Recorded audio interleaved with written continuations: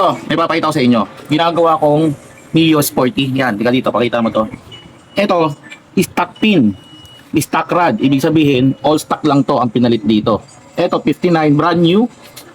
Etong brand na to, may tabas na dito. Kung makikita nyo, maiksi na rin siya. Palala sa inyo mga nagdi-DIY at may-ari ng motor. At syempre sa mga kapwa mekaniko natin.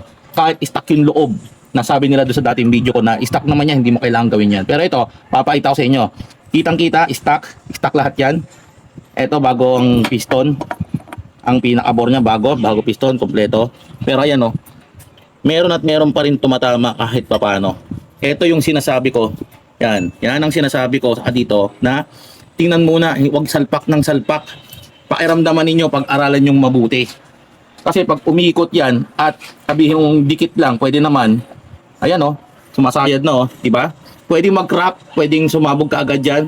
Nako, gastos yan. Ito, brand new to ha. Papakita ko sa inyo. Oh, brand new. May tabas na. Alam naman natin yung brand na to, diba? Alam naman natin yung brand na yan na may mga ganito na talaga.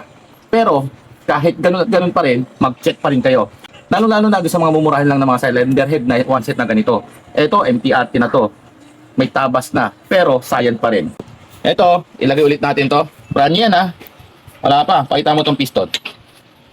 Brand new yan. Ayan, ito na, lagay natin. Ayan, brand new. Salpak natin. Nakikita natin, ayan o. May sayad, di ba? Yung mga naglalagay ng gasket, natulong maglagay tayo ng gasket, tatandaan niyo yung gasket. Papel lang yan o karton lang yan na pwede mag-shrink at numipis. Kaya mas lalo didikit yan dyan. Ayan, sapul yan, no? Hindi lang yan. Tingnan nyo rin yung mga piston ninyo. Ikutin natin. Sapul. Kung tutukod. Yan. Tingnan natin yung piston. Kung tutukod dyan. Sa piston, goods naman tayo. Malaki. Pero, ang concern natin, itong pinaka-sleeve niya.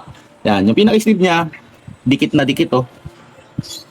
Kailangan natin tabasan to. Ito lang naman payong kaibigan lang, kakilala, or sa kapwa natin. Kunting tulong lang din sa atin.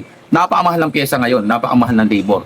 Kaya kailangan din natin i-analyze lahat bago natin isalpak agad. Wag salpak ng salpak agad, kailangan nyo i-analyze din ito.